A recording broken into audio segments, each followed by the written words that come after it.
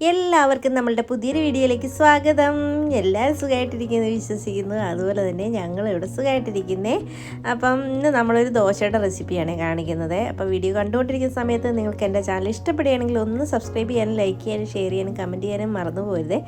അതുപോലെ തന്നെ സബ്സ്ക്രൈബ് ചെയ്ത് ആരെങ്കിലും കാണുന്നുണ്ടെങ്കിൽ പ്ലീസ് ഒന്ന് സബ്സ്ക്രൈബ് ചെയ്ത് സപ്പോർട്ടും കൂടെ ചെയ്തേക്കണേ. സ്കിപ്പ് ചെയ്യാതെ വീഡിയോ മുഴുവൻ ഒന്ന് കണ്ടേക്കണേ. അപ്പോൾ നമുക്ക് നമ്മുടെ വീഡിയോയിലേക്ക് പോയാലോ? അപ്പോൾ അതേണ്ട ഞാൻ ദോശ ഉണ്ടാക്കാനായിട്ട് ഇന്നലെ രാത്രിയിൽ ഒരു 250 ml കപ്പിൽ 1 കപ്പ് അരി വെള്ളത്തിലിട്ട് കുതിർത്ത് വെച്ചിരിക്കുന്നതാണ്, കഴുകിയിട്ടിരിക്കുന്നതാണ്.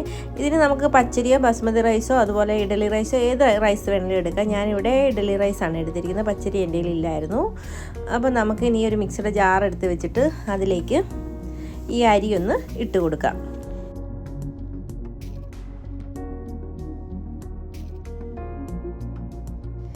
അരി ഇട്ട് കൊടുത്തതിന് ശേഷം നമ്മൾ ഇതിലേക്ക് 1 ടേബിൾ സ്പൂൺ ചോറാണ് എടുത്തിരിക്കുന്നത്. വെള്ള അരിയുടെയോ മട്ട റൈസിൻ്റെയോ ഏത് അരി വേണേലും എടുക്കാം. അത് ഇട്ട് കൊടുത്തിട്ടുണ്ട്. അതിന് ശേഷം ഞാൻ ഇതിലേക്ക് ഒരു മുട്ട പൊട്ടിച്ചൊഴിച്ച് കൊടുക്കുവാണേ.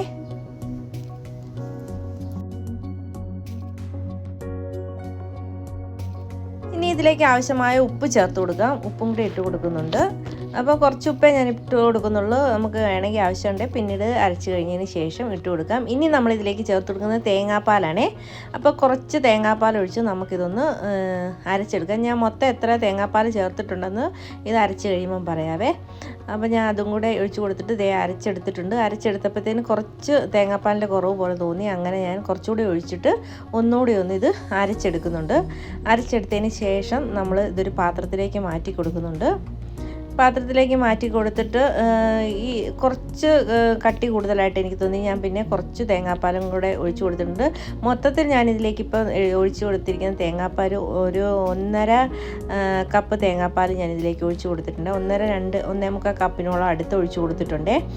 അപ്പോൾ അതിന് ശേഷം നമുക്കിനി അന്നേരം തന്നെ നമുക്ക് ഈ ദോശ ഉണ്ടാക്കിയെടുക്കാം. തേണ്ട ഞാൻ പാൻ അടുപ്പത്ത് വെച്ചിട്ട് ചൂടാക്കാനായിട്ട് വെച്ച് കൊടുത്തിട്ടുണ്ട്.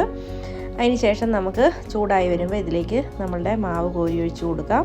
കോരി ഒഴിച്ച് കൊടുത്തിട്ട് നന്നായിട്ടൊന്ന് ചുറ്റിച്ച് കൊടുക്കാം. നമ്മൾ നീർദോശയൊക്കെ ഉണ്ടാക്കുന്ന രീതിയിൽ തന്നെ നമുക്ക് ഉണ്ടാക്കിയെടുക്കാം. അപ്പോൾ ഞാനിതൊന്ന് ആദ്യം ഒന്നിങ്ങനെ ഒഴിച്ച് കൊടുത്ത് നോക്കുന്നുണ്ട്. അതിന് കഴിഞ്ഞിട്ട് ഞാൻ പാൻ എടുത്തൊന്ന് ചുറ്റിച്ച് കൊടുക്കുന്നുണ്ട്. അപ്പോഴത്തേന് നന്നായിട്ട് വരുന്നുണ്ട്. അപ്പോൾ ഇത് നമുക്കൊരു 5 മിനിറ്റ് ഹൈ ഫ്ലെയിമിൽ വെച്ചിട്ട് നമുക്ക് പിന്നെ തീ കുറച്ച് വെച്ച് കൊടുക്കാം. ആവിക്ക് വേവിച്ചെടുക്കുക വേണമെങ്കിലും ചെയ്യാം. പക്ഷെ ഞാനിത് മറിച്ചിട്ടാണ് എടുക്കുന്നത്. അപ്പം നമുക്ക് ഇതൊന്ന് വെന്ത് വരുന്നവരെ ഒന്ന് വെയിറ്റ് ചെയ്യാവേ.